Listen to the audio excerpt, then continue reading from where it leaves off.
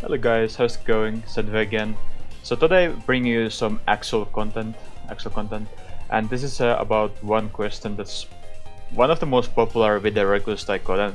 So I actually did something this Saturday morning and made this presentation, and I'm gonna be commentating over the presentation, and in the end I'm also gonna be giving out the presentation if you wanna refer to it later. But yeah, we're talking about what makes a good team comp in Splatoon 2, and if you don't know what a comp is, then we're talking about composition, and it's how the mixture is made up. So what are the weapons that your teammates are gonna be choosing, and so on. So you probably hear like some streamer complain that, oh my god, our comp is so bad, our comp is good, what is bad, what is good. Well, this video is about to explain to you, but I have to say that it is of course something that's constantly changing, and of course constantly we are learning new things. So I'm not saying this video will always be 100% correct, but it is my best understanding right now. And some of these concepts aren't really changing that much at all. Like, some of these concepts are the same since Splatoon 1, and some of these are just fundamentally not possible to change. But yeah, just without further ado, we should maybe get started. But basically, how this whole video will be structured is that I'm gonna be presenting you a comp, and then I'm gonna be explaining you why that comp is not a good comp. And there may be multiple reasons, but there's this one reason that I'm trying to kind of go for. But yeah, we have a comp with T-Tech, Splatoon Junior, and Trisos and Nuba. So why is this not a good comp? Why is this not a good comp? In a way, many of these things are done right by this comp, but there's one particular thing that is not right, and that is lack of range. This comp has absolutely no range at all.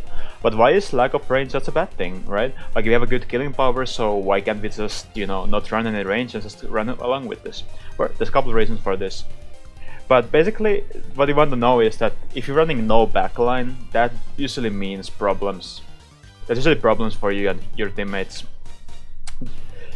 There's multiple reasons for it. First one being that the enemy backline can position very aggressively, meaning that the enemy backline doesn't have to be worried about how the enemy backline might be getting picks on him. Say I'm playing with Brian. Well, Brian going down is pretty often by the enemy backline. Enemy sniper gets Brian. But hey, if we are playing against comp like this, then Brian can go as aggro as he wants. Like, he can do crazy aggressive position because he knows he can outrange every one of the weapons that the opposite team has. But not only that, but also there's layers. So Ursa, for example, Ursa can move along completely freely on the map. He doesn't have to care about the enemy sniper at all, enemy backline and is battling, enemy exploser. He can just run along the map as he wants. He can go spawn camp them and so on and so on. It just doesn't have like any restriction how he moves because of the lack of range in this comp.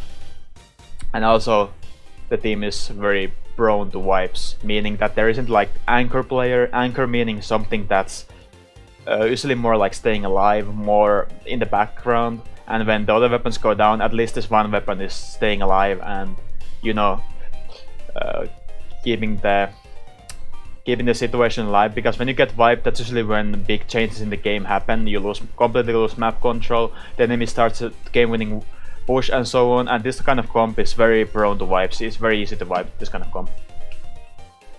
And also in TC, Rainmaker pushing for the enemy is much easier. In Rainmaker and TC, the biggest thing you have to watch out when you're pushing is the enemy backline, and if you have no backline, then, well, it's much easier for you to push, basically. And yeah, for our second point, we have a comp like this. So what's wrong with this comp?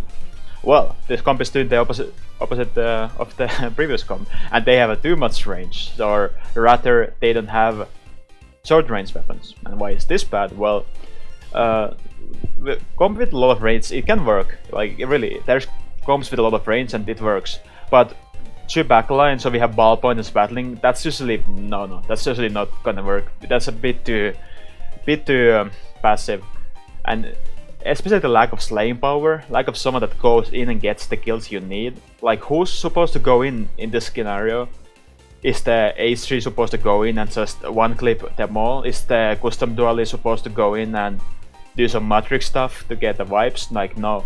Normally, the weapons to get these kills are sword range, so Blaster for example, T-Tech for example. We have nothing like this here. But instead Charger is supposed to go in and tap shot them, that's not gonna work out. And generally you just have no one to push in, like, and the thing about it, this game is all about pushing in most cases, and I just don't see who would push in if you have this kind of comp. And indeed, if you get spawn camped, then good luck breaking out. I don't know. The thing about if you were running this kind of comp on, say, skate park and there's a blaster below your spawn, how exactly would you be getting the kill on the blaster? I just don't see it personally. So normally, this is kind of like the formula you might want to consider using. We have 1 to 2 front lines, 1 to 2 mid lines, 1 back line. And I don't really agree with this division of weapons, but this is still like pretty. It's not good, but it's the best one I've seen, so I'm using it. Frontline normally meaning layers, sword range weapons such as Blaster, T-Tech. Midline meaning, for example, H3, Umbrella even, because that's more like not really the same role as just laying frontline at least. And 1 backline would be battling, Charger. But if you follow this formula, more often than not you're doing something right. So I recommend keeping this in mind, even if you don't follow it exactly. It's a pretty good one, I think. So what about this kind of comp? They are not doing the range thing wrong. I mean, that's like pretty decent. They have long range, they have sword range. Rabbit is kind of in the middle, but what would possibly go wrong here? Well, they have no painting. These guys are not painting. No paint is no movement options. That's how it is. How is a roller supposed to go in if there's no paint on the ground? Well, he's not gonna go in. He's not gonna do anything. What is Blaster supposed to do? Well, nothing. He's just gonna die and be salty. And you just can't revert the flow of the game. Like, normally when you get a wipe, what happens is that your teammates push in and get map control fast. Well, this comp, like, who is supposed to paint for them? There's basically no one to paint for them. Say we are running this comp on Manta Maria. Enemy has the controls the game, they have the map control, we wipe them, but in the time that it takes for them to respawn, we probably can't even paint the middle of the map with these weapons. So that's not good. And this is especially true on larger maps, like I mentioned Manta Maria, but there's more larger maps than there is smaller maps in the game. Like, I would say larger and the middle size, this is very true on those maps. But on small maps, there's not so many left in the game. Even Reef got revamped in the bigger map, but and Skate Park is actually gonna get revamped next month. But you know, smaller maps, sure, it could work, but I really don't recommend it. I think painting in this game is just so important. The game is based on painting. Really, in Splatoon, if you know how to shoot at the ground, then you are almost a pro. I can promise you this. This is very hard for some people, but in this comp it doesn't matter how much they shoot at the ground, roller, blaster, that's not gonna paint. What about this comp? Well, there's definitely not a lack of painting with these guys, it's not like the range problems either. But these guys are stacking. This was kinda hard for me to phrase, but what I mean here is that they're stacking ink armor, specifically. Ink armor, or could also be a sub weapon as we can soon learn. But this thing about it, there are 3 ink armor, like, ink armor is pretty good, but you know, I like it, but I don't like it this much. Because every time you stack the same special, in fact, it becomes less effective. Meaning that if I have 1 ink armor, I'm always in full control of when I use it, and the situation when I use it. If there's 2 ink armors, well, I also have to keep in mind that my mate also has ink armor, so sometimes I'm like, yo, you use ink armor first, then I use. But if there's 3 people, then that's just like chaos, and it's not so useful anymore. Like, yeah, you have a lot of ink armor, but it would be nice to have some other specials, and maybe Cloud or something. Like, there has to be a line somewhere, and to me, 2 of the same special is already a lot, 3 of the same special is like, just don't. And it also applies to utility subs. Meaning point sensor, beacon, even splash wall, there's gonna be a point about this later a bit as well. But for example, point sensor, yeah, I can see like 1 point sensor being pretty good. Like 1 point sensor, but when you go to 2 point sensors, that's kind of like doing the same thing, and in most cases you're kind of like doing the same thing your mate is already doing. If you go to 3 point sensors, then at that point just switch off the game and think about how you should approach the situation. Even 2 point sensors a lot, or 2 beacons, that's already a lot. So if you go for 3, then no, no, no. And yeah, every special and sub weapon is a tool. Think about it. If I want to build something and I'm not quite sure what it is yet, should I take 3 hammers or should I take hammer and screwdriver and a couple other useful tools? To me, this is obvious answer. Like every sub weapon and special weapon is a tool for different situations. So to me, actually spreading out your tools is the way to go here. And indeed, if you have the same tool many times, then you know you can only do so much with 3 hammers. But yeah, well, let's look at this comp for a second. Glugas, actually, don't think about this is about the Glugas. Glugas is like okay, like that's not the point of this comp here. But yeah, what could possibly be wrong with this? No lethal bombs. Not a big point, but a point nevertheless. So lethal bombs in Splatoon are extraordinarily useful. So with lethal bombs, we are talking about, like I said, especially Splat bomb and suction. I think those are the most useful ones, the most ones that I had in mind when making this point. But also curlings, also auto bombs. Auto bomb is kind of like on the weaker side of these 4 bombs, and so on. But I'm not talking about, for example, point sensor, splash wall, ink mine, variety of others. But yeah, they have a lot of utility, really. You can space with them, so enemy can't rush a little bomb because they die, right? So you can use it to control how the enemy is moving. They're really useful. And they paint. That's also one nice thing about the suction bomb compared to point sensor is that suction actually paints, and painting is very important, as we know. And yeah, getting picks as well. Like you get picks. Getting picks meaning kind of like a kill that then allows you to do something off that. So when you think about the vibe, it first starts off with 1 pick, and then you're like, okay, we had an advantage, so let's push in. So yeah, a bomb can just get a pick for you, that then allows you to get a vibe. And if you don't have little bombs, then that's obviously not gonna happen. And I think for little bombs, the stacking point doesn't really change. I mean, it doesn't apply. Like, I don't think you're doing it wrong if you have to choose Splat bombs and choose suction bombs. It doesn't really apply to this. But if you don't have any of those, then you should at least consider if you're doing it correctly.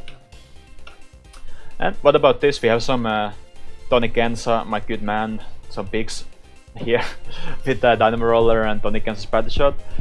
But again, like, what could possibly go wrong here? Okay, so basically, I noticed that I didn't choose a backline for here, but that's not really the point I was trying to make. But yeah, so basically no impactful specials. This comp just doesn't have the specials that make an impact in the game. So Splatoon is a very special driven game. What this means is that most of the time when something happens, it's done off the special. Like, that's just the case for Splatoon. It's also the case for other similar shooters. Like, it's the case for Overwatch. Like, it's like a whole genre of shooters is based on like special pushes and countering those special pushes. Like, Splatoon is very much of that. And yeah, you need the right tools for each modes, and there's gonna be a couple specific examples later. But think about this comp, for example. Like, Booyah Bomb, not really the strongest special in most cases, doesn't get much done. Missiles, well, missiles is missiles. Splashdown, again, yeah, can work, but maybe not so much all times. And Curling Rush, again, can work, but very situational. So I would more be looking for things like Inkjets and Stingray and stuff like that really makes an impact. And to me, this isn't really the most impactful lineup out there. So yeah, to recap, we have our 6 points that you should not be doing, and I'm just going to do a small recap here. First, lack of range. You have to have enough range to deal with the enemy's slayers and also backline. Too much range, well, if you don't have anyone going, that's not what you want. No painting. Splatoon is very much a game about painting the ground. If you don't have anything to paint the ground, then rest in peace. Stacking, you can't stack the same kind of sub-weapon and special too much. You need a variety of tools, not just 3 hammers. No little bombs. Bombs are very useful, don't have bombs. Reconsider. No impactful specials. Don't be the guy who's running missiles and Booyah Bomb and double splashdown. Just reconsider. Anyway, there's a couple more extra points, a couple bonuses for the road. Stingray for the control and Raymaker. So Stingray is strong, Stingray will continue to be strong, and for TC and Raymaker, if not running Stingray, then I do ask you to reconsider. It's super strong to stop pushes. The whole thing about pushing is often about waiting for the Stingray to come in and then you can only push after that. Like, it's really dominating, especially on those modes, so definitely consider if you don't want to run it, and if you do, then you should have a pretty good reason not to do so. Bubbles plus Baller for Clam Blitz, especially Bubbles. I put the Baller in the... I actually forgot what those are called, but meaning that Baller is not as important as Bubbles, because in West especially people are playing Clam Blitz in a way where people are going in with Baller and then jumping and suicide pushing with the Baller, and that's not really what you want, but it can be a useful situational tool. But more than important than that, I think Bubbles for Clam Blitz is almost necessary. I'm tempted to say Tentabella is necessary, but okay, fair enough. At least Bubbles is very necessary. And yeah, just to make those pushes, and yeah, if you don't run Bubbles, anything should be pretty good reason not to. And yeah, think about if the team comp you are planning on running has some common counter. So for example, is your team comp very weak to Ink Armor? Weak weapons for Ink Armor would be Blaster and Charger, for example, and no other like one-hit KO weapons. So if your team comp, if you like waiting for the enemy not to run something, then you're probably doing something wrong, right? So if you're like, oh my god, if they're running Ink Armor, then rest in peace us, then don't run that comp. Don't make a comp that's too easy to counter. And also, what is good comp can also depend on the map. So I try to put some points here that are you can apply to a variety of situations. But of course, for some maps, some things are better. For example, for Pods, Stingray, and Inkjet are even stronger than usual, so you probably definitely want those on board. And on some maps, Inkjet is not so good. This comes from experimentation. I can't give you all the answers to this. It comes with experimentation. And think about synergy. So small tip, I'll fix it for the final version. But for example, Exploser backline and Roller Slayer. So Exploser is good at dealing some damage, but it's not good at finishing people off at all times. And Roller is just one hit, or one hit KO. It's not really about dealing damage. So to me, Exploser would work the best with Blaster, for example, because both are kind of like generating some damage and then they can finish each other's skills off. But Roller is like not really what Exploser is working the best with. So that's just one example, and something about another thing that says you're gonna get with experience, and you're gonna find out, okay, this is not the great synergy, like these weapons don't work so well together, even if in theory it could be a good comp, but something is just a bit off. And yeah, there is always an exception to the rule. So none of the rules I said are never the case, but pretty often they're the case. And as always, if you don't know the rules, don't break them. This applies to everything, but for the purpose of this video, if you don't understand the rules as I said, then don't go breaking them. You're probably not doing it right. And very last point. Ignoring meta is hard. So I want to bring this point here because yes, you can do things out of meta. Yes, the game is in a state where a variety of things can work, but completely ignoring the meta can be hard. It can be difficult, and I would recommend just, you know, doing some off-meta stuff if you feel like it, but don't go completely off-meta. That just might be a bit frustrating. Just like take, like for example, you can take like what you know is strong right now, then do your own twist to it, but keep like a maturity of what's strong. For example, you try like, okay, I have this one interesting weapon that my teammates wants to try, but maybe support him with the proven and good weapons, and then it's also easier to try it out, because if it doesn't work out, then at least you know that it wasn't the problem with the three other weapons, it was the problem with the one weapon you were trying out. So just don't ignore meta. Like H3 is still strong, the Enderbrella is strong, the Charger is strong. Like there's these weapons that are just strong right now, and you just can't go ignoring them, I don't think. But yeah, I think that's actually the video this time around, so hopefully it was useful, hopefully you learned something. I'll put up the sheet in the slides to the video description below, so you can go check them out if you wanna study or share it. But yeah, if you find the video useful, then maybe share it with some people you think might be benefiting of this, or your teammates. You can maybe think of some of this stuff. And yeah, hopefully this gave you some new thinking, and thanks for watching, and see you guys next time.